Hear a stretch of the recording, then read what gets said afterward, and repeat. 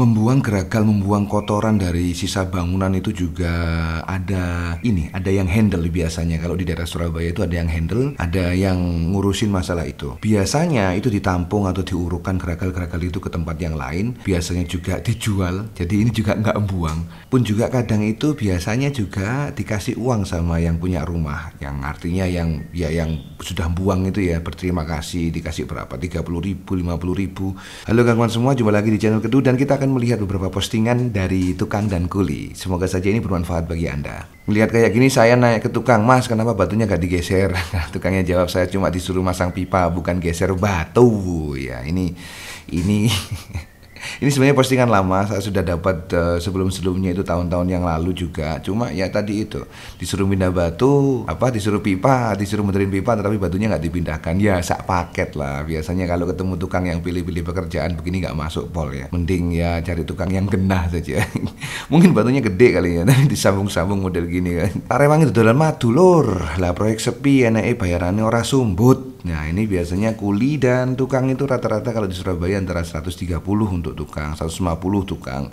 Kalau kuli itu 110 atau 100 segituan lah. Bagaimana makannya ya tergantung yang punya rumah atau yang punya hajat. Tapi kalau bisa ya kita muliakan ini para tukang dan kuli. Kalau emang sesuai dengan pekerjaannya ya lanjut. Kalau tidak ya bisa Anda cut dengan ya diomongi yang enak lah gimana supaya lancar gitu. Seneng kalau dapat kuli yang akas, seneng kalau dapat kuli yang terengginas gitu ya. Seneng dapat kuli yang kuli sampean tukang yang ahli itu Anda harus bersyukur sekali kalau dapat seperti itu. Ini disambi jualan madu. Sing penting rezeki lancar, nyukupi keluargane. Nah, ini penting sekali, nyukupi keluargane. Mereka ini bekerja. Mungkin saja mereka bukan sarjana, tapi mereka adalah orang-orang yang praktikal, orang-orang yang bekerja. Udah biasa kena panas bosku. Tangan sudah ngapal karena besi, yang penting kebutuhan anak, istri, dan orang tua tercukupi luar biasa. Saya senang sekali kalau mendengar seperti ini ya. Panas pakai inilah. Pakai kerudung lah, ya kaos dipakaikan kerudung begitu. Emang beginilah pekerjaan tukang dan kuli, ya piye maneng ya. Tapi intinya adalah yang penting kebutuhan anak, istri, dan orang tua tercukupi. Waduh, mulia sekali ini. Boleh saja tidak lulus SMA atau mungkin lulus SMA atau lulus SMP, tidak kuliah, hanya modal kursus ikut sana sini, tetapi praktikal mereka ini, masya Allah, mereka ini bekerja ya. Ya, diniru Adam Smith gitu, bekerja. Kalau ada yang bekerja berarti ya ada pemasukan dan pengeluaran. Iki loh gaji 80 untuk kuli, 110 untuk tukang. Akeh sing gelem. Banyak yang mau. Tunjukkan dulu kualitas pean baru njaluk gaji gede, bro. Benar sekali, kualitas. Ya memang tukang ini kan juga macam-macam bentuknya dan juga ada pengalaman di situ, ada jam terbang di situ. Misalkan pengalaman sering mengerjakan rumah mewah, tentu saja kalau seumpama benar-benar mumpuni ya skillnya lebih tinggi daripada yang mengerjakan rumah biasa. Atau yang terbiasa dengan bergaul dengan insinyur, bisa baca gambar, itu juga kelebihan utama. Jadi memang ini adalah skill, ini adalah kemampuan yang harus ditunjukkan. Kalau memang kemampuannya OI, berarti siap untuk menerima gaji tinggi. Jos ya, jos top markotop. Sepurane nyindir sing merasa kerjaannya njaluk jadi gede.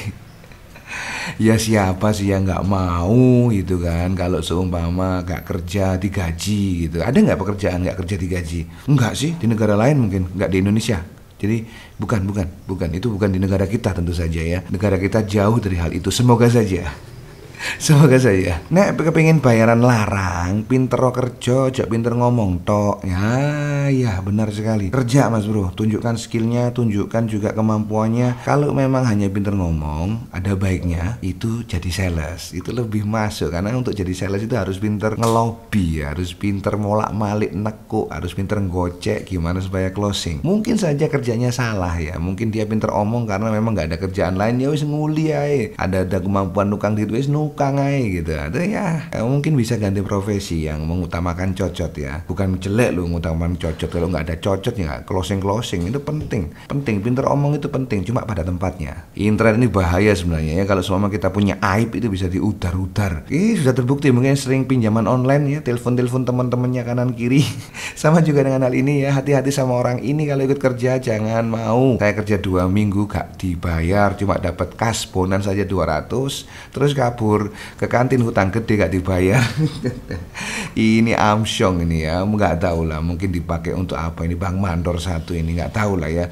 Tapi intinya harus berhati-hati memang kalau kita mau bekerja sama orang, tentukan dulu ya gimana baiknya. Biasanya kalau memang project itu atau proyek-proyek di mana-mana bangunan itu biasanya grup-grupan untuk menghindari hal-hal yang tidak diinginkan. Nah kalau memang grup-grupan kan sudah kenal satu sama lain. Oh Pak Iko, Mandore Iko, tukang ini sudah tahu sama lain. Biasanya grup-grupan ya. Kalau seumpama mau gabung dulu grupnya enggak masalah. Sudah tahu lah cengkok kerjanya masing-masing, sudah tahu. Monggo para juragan yang butuhkan jasa, saya jamin amanah. Minat hubungi nomor yang tadi yang ini. Ahli dalam memasangkan granit, keramik dan lain sebagainya. Memang kalau tukang keramik, tukang granit itu adalah gajinya paling tinggi ya, karena memang skillnya harus mumpuni betul. Kalau nggak mumpuni bahaya, karena ini kan keramik ini juga harganya nggak murah ya, dan kalau sekali pasang dibongkar itu sama dengan buah, terutama granit. Kalau sama lihat ke toko bangunan granit ya, itu harganya ngeri-ngeri, ada yang per meter 750, ada yang 820 persegi loh, itu per meter persegi.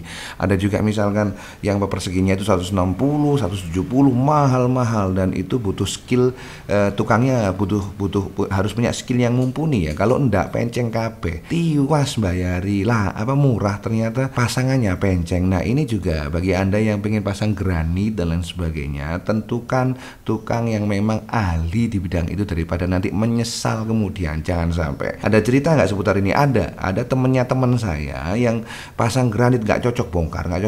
Waduh, amsyong ya. Iyalah kalau granit itu harganya murah, ini harganya mahal bro. Jadi tentukan itu, hasilnya maksimalkan dengan sebaik-baiknya. Granit ya, ngomong granit ini masuk ini. Kalau mau lihat orang kaya ndak, ada satu parameter lain. Coba kunjungi rumahnya, lihat tekelnya, lihat keramiknya itu dari apa. Kalau granit, wis jelas larang, tukunya juga ya harusnya juga orang kaya ya. Mahal soalnya. Seperti balik yang pertama tadi itu, bahwa bahan bangunan itu sebenarnya nggak ada yang buang. Sembuang-buangnya itu bisa jadi urukan. Seperti ini nih, ini profil tank yang itu siapa yang minat, tandon 110 liter. Ya, ini bagi saya yang ya bangun kecil-kecilan ini, hal-hal second seperti ini penting sekali. Sobo rombengan, sobo pasar loak itu penting sekali bagi saya ya, karena untuk ya itu tadi menekan budget. Menekan budget mas bro. Kalau emang bisa dipakai ya wis ya nggak masalah lah dipakai ya. Juga fungsinya sama, tinggal bersihkan saja.